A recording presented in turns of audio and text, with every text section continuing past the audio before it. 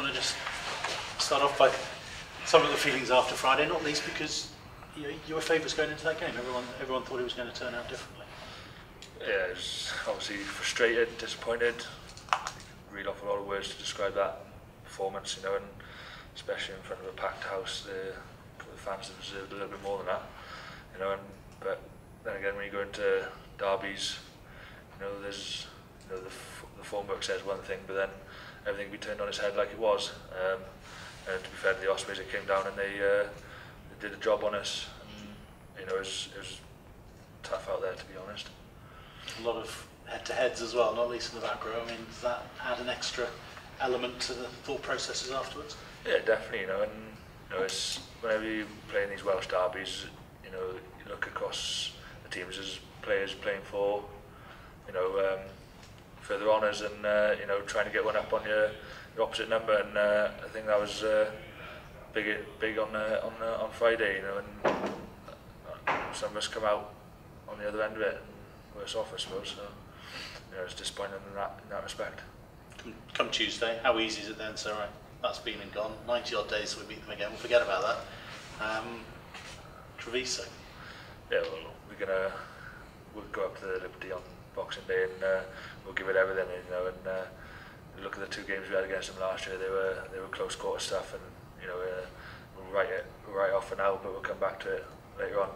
And put our heads to Treviso, which won't be an easy task out there. They've always got some form at home.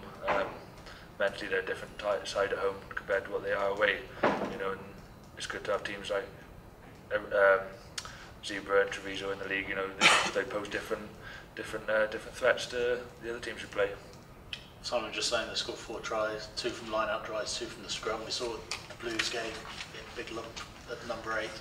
Does that mean the back row trying to stop them is going to be more important than ever? Yeah, I think our back row have always got to step up to mark and produce performances to nullify the opposition. And we always go out there to do that in games anyway. And the back row as a unit, we've got a lot. There's quite a few of us down here who've played together for a long time now, and we pretty much know each other inside out, which is a good thing. And whoever you put on the pitch is always going to give us 100%. For yourself, you moved around the back row. Is 7? Is that you're committed to that for the season? Do you think? Well, give us an assessment where you are. Being able to play in all 3 in the back row is great options. It gives the coaches so and Rob and Cuska's the same. Shingler is versatile enough as well. So it's a good option, but sometimes you just want to settle down into one position. I've concentrated on 7 for the last couple of seasons and been able to and played at 6, but the game we're playing, I don't think numbers on shirts matters at the moment. We just want to go out there and play an open, expansive game of rugby and keep that ball alive. Because you're very similar to the 3 of you, but actually you managed to do, if you take the season as a whole so far, you managed to do quite a good job of almost compartmentalising the different. Yeah, well, Shings likes to carry in open space and uses that athleticism and his speed across the ground.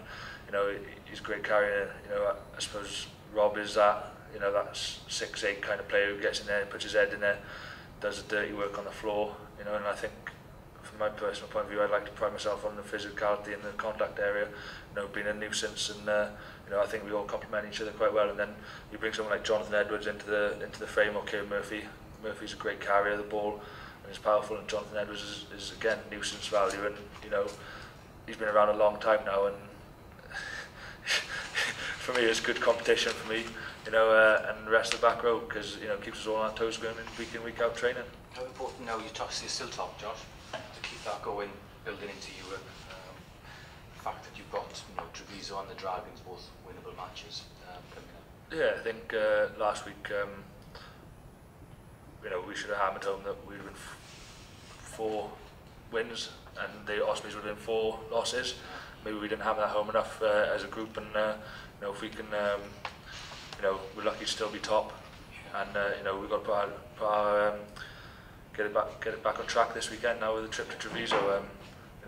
We hate losing, and we want to put things right. And the longer we can stay at the top, the better. Those top 4 positions is where you want to be come the end of the season for those playoffs. We can't rest on our laurels. Whoever we're playing, and we produce performances worthy of wins. Do you think Do you expect Treviso to come at you up front, as Hamish alluded to, after watching last weekend? You know, they'll have seen the video. They'll, you know, they did it to us a couple of years ago. They just bombarded us with driving lineouts and scrums, and we had a torrid time out there. You know, and we started scratching head afterwards, thinking, what are these guys doing training all week? So, you know, but to be fair, and Danny Wilson's come in, and you know, he's brought a couple of new things with him, and the boys have really clued onto it. And you know, I think our set piece defence, nullifying drives, has been excellent. You know, I don't think you've seen many teams score many tries against it. There was one against the Ospreys, which was a bit of a jamming on the weekend with Ryan Jones, but you know, I think we've nullified it pretty much at source now, and they have to rebuild, which is, you know, something we haven't done for a long time. You know, scrum, I think props will take a, you know, as a unit we'll take a hit for that, because we didn't scrummage as a unit on the weekend. But you know, we need to put those little things right and get those 1%ers right, and which Danny is helping us do. Do you get beasted, or is it much more technical than that? Is it? You know, let's do 400 scrums, or let's do 10, but these are the angles we're looking to get. Yeah, you know, I think you know, yesterday we had a scrummaging session, and afterwards Danny called it in, and the boys wanted to do more. So you know, it's finding that little bit of attitude to you know, to want to scrum. And you know, you look at the best teams in Europe who've got a scrum, is probably because they scrum on a regular basis and want a scrum, and they use it as a, you know, you look at the Ospreys, they've got a good scrum, and they use it as a weapon, don't they? So you know, you've got to find that balance. You know, I think at the beginning of the season our line-out wasn't going well, and scrum was going okay, so we worked a lot on our line-out. Now our line-out is going well, and now we've got to work on our scrum. You know, just find that balance and act.